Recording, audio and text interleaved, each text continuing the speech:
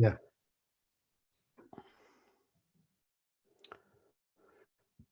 Setting it up.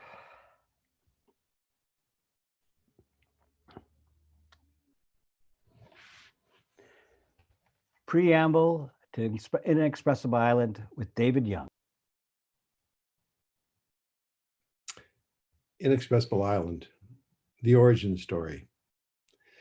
In the early 90s, I went to the Yukon every August to do a succession of 100-mile backpacking trips with a couple of local chums up there, both of whom happen to be Brits, Dr. Peter Steele, a Whitehorse physician, and Monty Alford, the chief hydrologist for the territory. These trips were far beyond my skill set as an outdoorsman, but I was in good hands.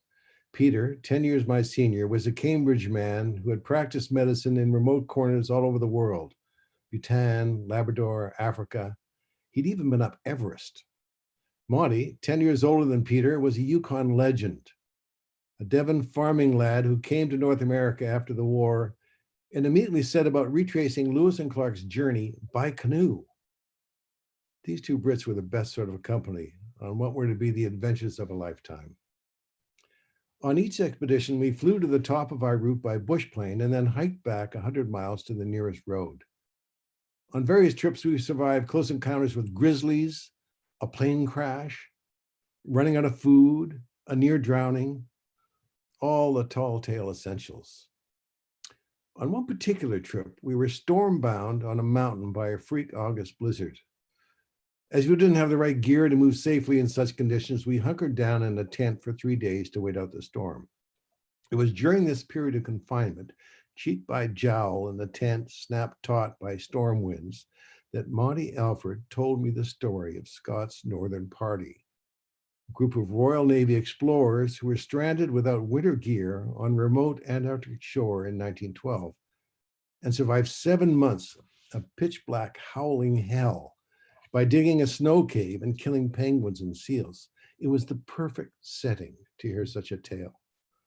All of us wearing multiple layers, hunkered down in our bags, the tent fabric snapping and rippling inches from our faces.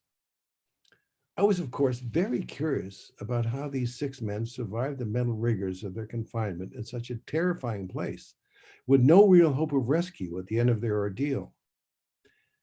That's when Monty added the detail about the invisible wall that Lieutenant Campbell decreed would subtend the snow cave and divide the 3 ordinary seamen from the 3 patrician officers so they could speak without fear of being overheard by one another. The class system of English decorum instituted on the very doorstep of hell. How absolutely apt. As soon as I heard that detail, I knew I wanted to write a play about what happened inside that ice cave in 1912. I returned to Toronto with Monty's copy of a book written by Sir Raymond Priestley, who had survived the ordeal, and I subsequently read all the great accounts of polar exploration and was particularly affected by Cherry Apsley Garrard's magnificent volume, The Worst Journey in the World, a masterpiece of the literature of suffering in the cold. My readings took me into the minds of these men who went to the last blank places on the face of the world in search of beauty and danger entwined. Finally, I received permission to do a research visit to the Scott Polar Research Institute at Cambridge. And I spent 10 days there wearing my white gloves. I handled all the actual artifacts that had been in that cave.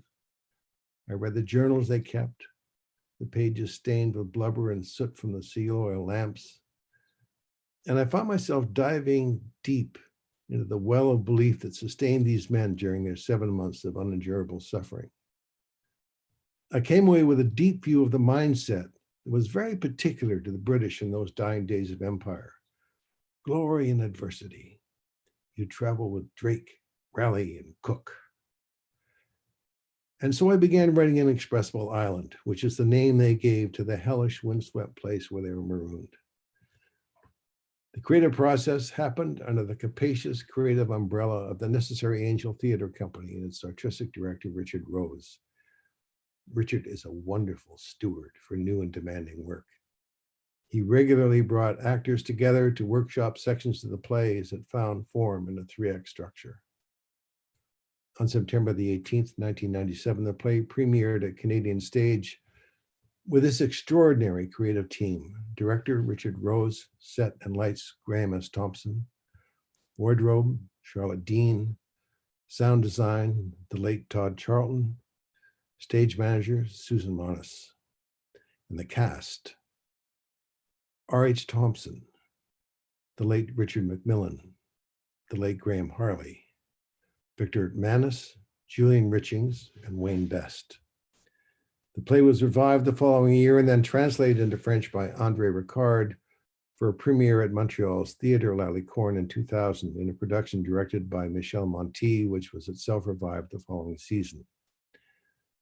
A production of the play renamed Antarctica and directed by Richard Rose premiered in London's West End on October 2001. Over the years, members of the original cast have come together regularly in the depths of midwinter to read the play as a source of strength and hope in difficult times.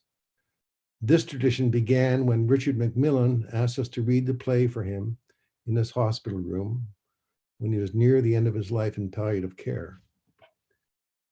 In that spirit, we offer this public reading to all our fellow citizens who are suffering through this time of doubt and confinement as we move through seemingly insurmountable difficulties toward an uncertain future. Glory in adversity. We will survive.